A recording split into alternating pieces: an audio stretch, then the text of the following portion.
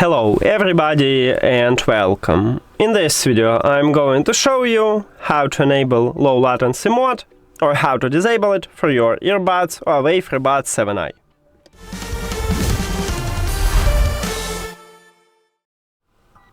You have to start by opening HUAWEI AI Life application, but on the iPhone you can also install HUAWEI Connect application and add these headphones. I will tell you also how to find this feature at the HUAWEI Connect application. So open it. If you use AI Life, click at your headphones at the device list.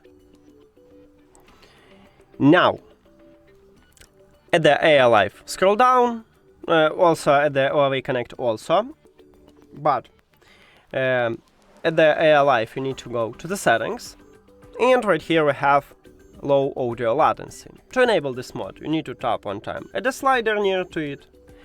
To disable it, you need to also tap one time at the slider near to it.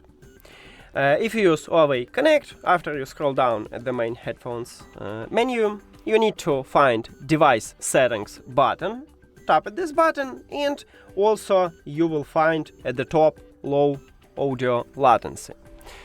That's it. Thank you for watching this video. If you found it helpful, please consider subscribing to channel and leave the like on the video. See you later!